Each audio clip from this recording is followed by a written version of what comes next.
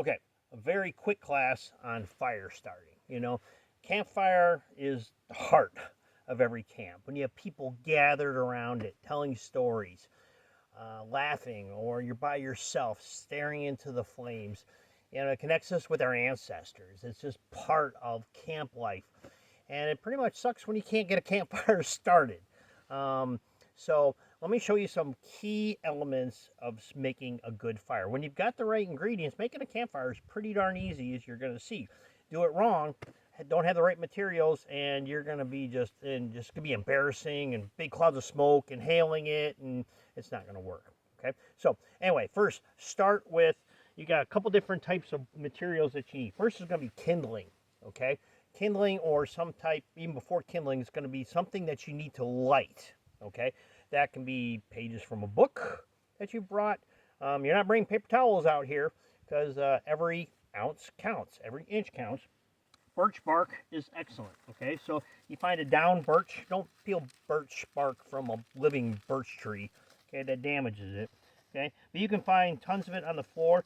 You're going to see this stuff just goes up incredibly fast. So get a bunch. Okay, put it in for your fire. Now, kind of put it in a ball. Okay, next is going to be kindling. Okay, which you're going to put on top of the birch.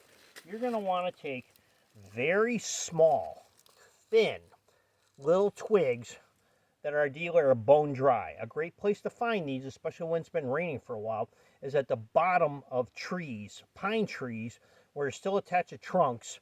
Snap off those little branches right at the base of the trunk, because a lot of times they'll still be dry. They'll be off the ground. They won't be getting soaking wet. So you want dry little stuff. Okay, dry little stuff. Okay, so a second component of fire, you need fuel, which we're talking about. You also need oxygen.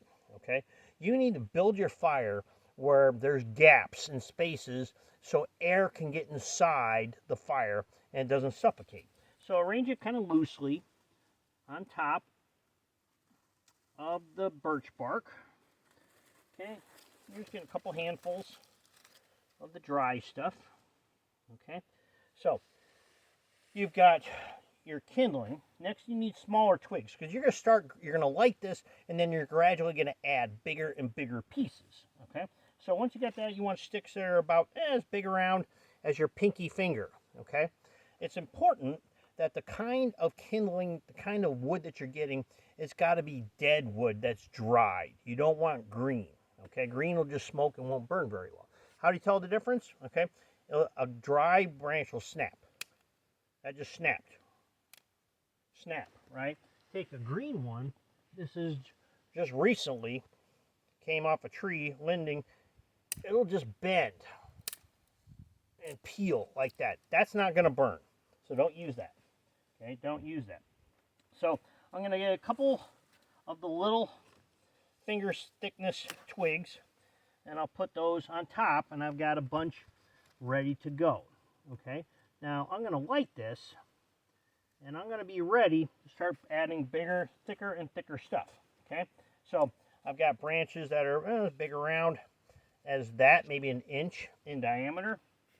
I'll keep feeding those in, and then when that really gets going, then I'll put on my drier, bigger stuff. My dry, bigger, heavier stuff. Again, it's got to be really dry. Okay, so we'll try to do this quickly here. See if I can show you folks what's going to happen.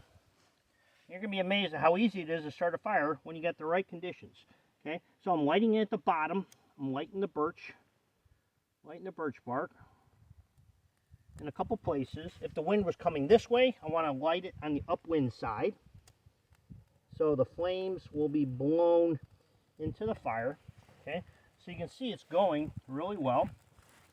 Now I can feed it with oxygen one of two ways. I can blow on it,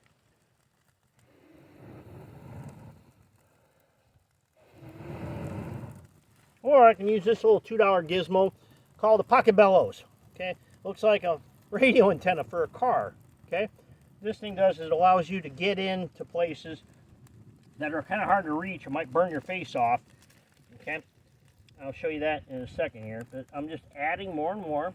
Okay, I've got my fire gloves, so I don't burn the hair off the back of my hands, and I'm just feeding bigger and bigger and bigger. If it's smoking a whole lot and you're not seeing a whole lot of flames, probably you're suffocating it. Okay, you don't have enough oxygen. That's why it's very important as you're arranging, kind of like a teepee or a log cabin is another style. Okay, you don't put too much wood on at a time, but you're gradually adding bigger and bigger pieces, thicker pieces, and if the video is about another 5 minutes longer, I'd put this on. Okay, now the pocket bellows, watch what happens. Okay, it's starting to smoke. It's not getting a whole lot of air. I can go like this.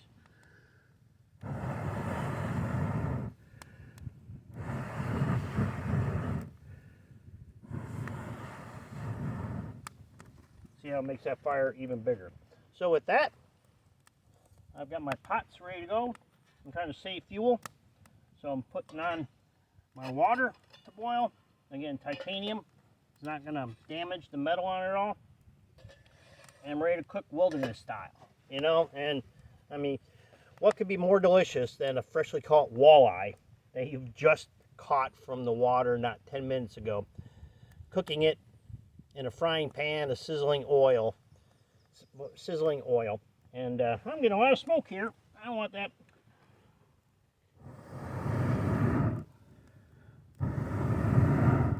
There we go. You know, but a walleye sizzling in oil and then taking that thing out and eating it. 10 minutes ago it was swimming and now you're eating it. It's just delicious. It's part of the wilderness. So enjoy your fire. It's not hard if you have the right materials. As Tom Hanks said, I have made fire! Fire! I have made fire!